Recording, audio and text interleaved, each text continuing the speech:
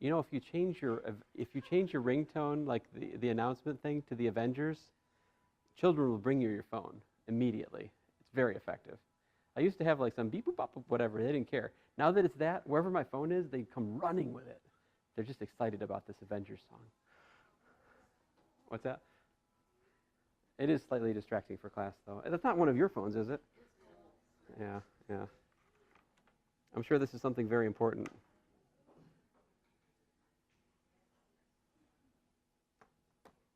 My brother is here. Okay, so sorry, I will get YouTube comments for this. Like, oh, people get offended. Like, oh, you've answered your phone. You've paid attention to your phone during class. How disrespectful. No, I'm just trying to be like you guys. Like, I'm trying to, you know, be part of the community of phone checking, you know? It's the way of being. Okay, so my question though is, how high does this ball get, and how much time does it take before it comes back and hits the ground? Those are my two questions. How high? How long till it hits?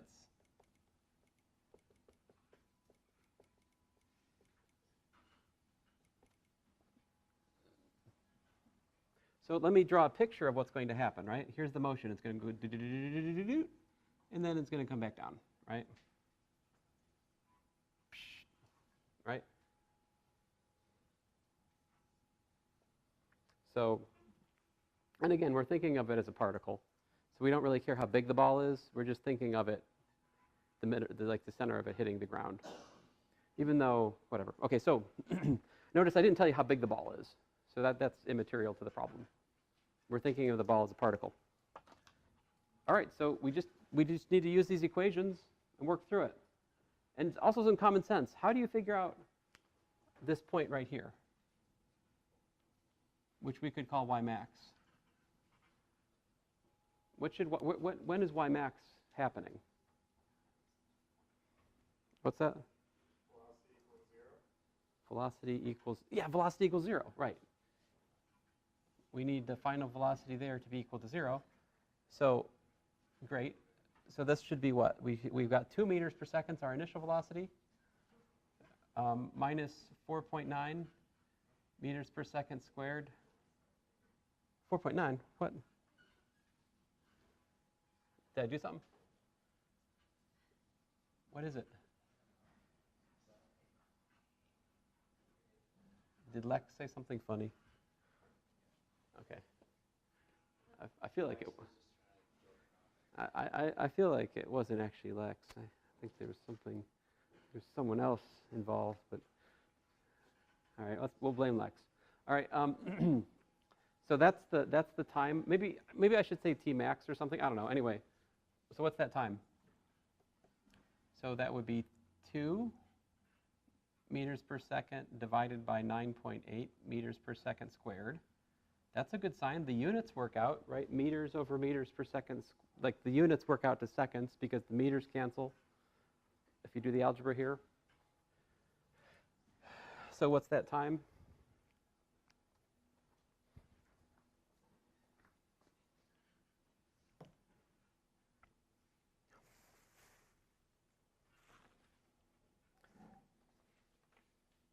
So everyone's here? Erica Peck? Oh, I'm sorry, I try not to call it names. It's too late.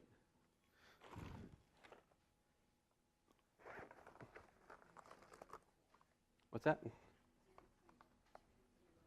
0.204? All right. So if that's the time to the top of the flight, the zenith of the flight, what is that height? How do you figure that out? All you got to do is put y max is equal to what? It's equal to y naught, which was 3 meters, plus 2 meters per second times 0.204 seconds, because that's that time, right? And then I have to subtract minus 4.9 meters per second squared times man, I'm running out of space here, 0.024 seconds squared. So all I'm doing, guys, is I'm putting in the y naught. See, this is my y naught, right? I mean, y naught. Y naught equals to 3 meters.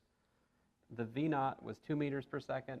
The time that we're interested in, the top time, we just learned is 0.204 seconds. I'm trusting the calculator work in the front row. So if it's wrong, it's their fault. I should make you guys do all the numbers. That way I won't be responsible anymore, right? Yeah. And I just did something in my head, which is that 9.8 divided by 2 is 4.9. So that's why I wrote minus 4.9 meters per second squared times. OK, so we got to work this out. What do we get? 3 plus 2 times 0.204 minus 4.9 times 0.204 squared. I calculate that the max y is 3.204, give or take, meters.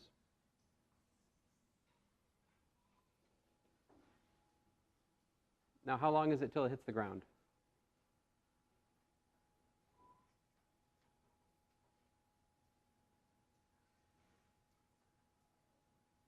How would you figure that out?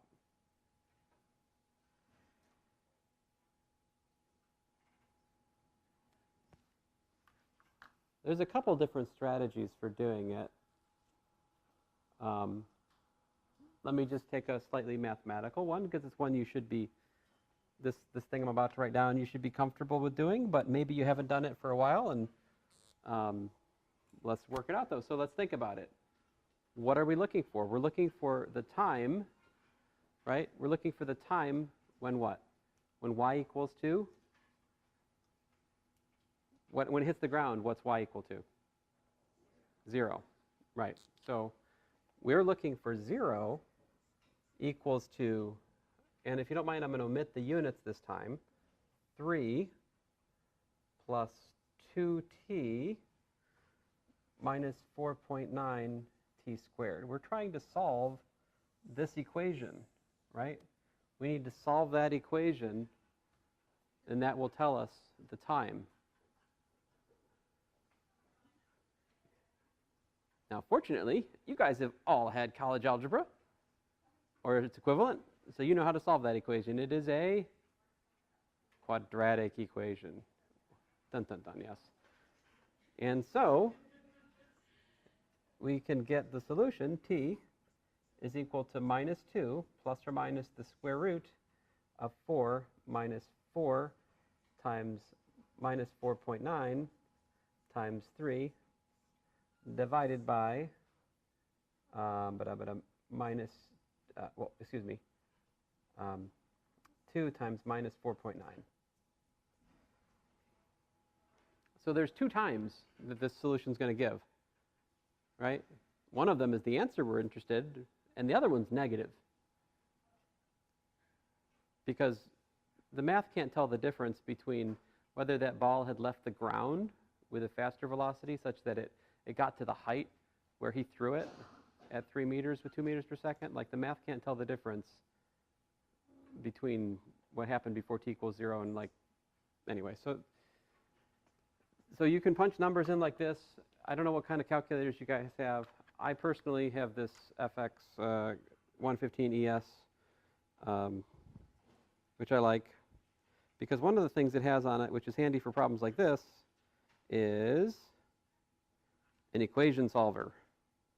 And so I can actually plug in my A, which was minus 4.9, my B, which was 2, and my C, which was 3, and it will tell me that my solutions are 1.013 or minus 0.6046. Now, to do the math, I just dropped the units, right? But this is a time, right? So what should the units be? Seconds, right? So this implies then that the time I'm interested in, the time it hits ground, is equal to 1.013 seconds. So a little bit over 1 second after he throws it, it comes back and hits the ground. Now, the other solution, what about that minus 0.604? That's an extraneous solution, right? I always tell students that if I had been a rapper, I would have been known as extraneous G, and my tagline would have been that I'm not even in the solution set. See? I mean, like, extraneous solutions are special. It's a great rapping name. Someone should use it. You know, I can't rap though. Not even a little. If I rhyme, it's accidental. You know what I mean? So, no? All right. So, I don't know. I'm still trying to figure out how on earth I'm supposed to teach you guys in this room, to be frank. I mean, like, I'm dying up here. Like, this is horrible. I'm sorry. Like, I need boards. I need boards. Where are my boards? Usually I teach in a room with like 3 whiteboards, and I've got 40 people, and they're all at least, well, 30% of you are a distance that's not even possible in these rooms I teach in. So I don't teach off a PowerPoint. I wouldn't know what to do, all right? So I got to teach on the board. So how do I do that in such a way that you guys can see it? I'm trying to figure it out, all right? I'm working on it. This is kind of okay, but it's not awesome. I mean, gentlemen in the back, can you see anything I'm doing? Yeah? Okay. Because I can't, I mean, I can tell that you're Caucasian, but that's about all I can tell with my eyes right now. I mean, that's about it. I think you have a beard. Yeah. Anyway, thanks, guys. See you next week. Same bat time, same bat channel.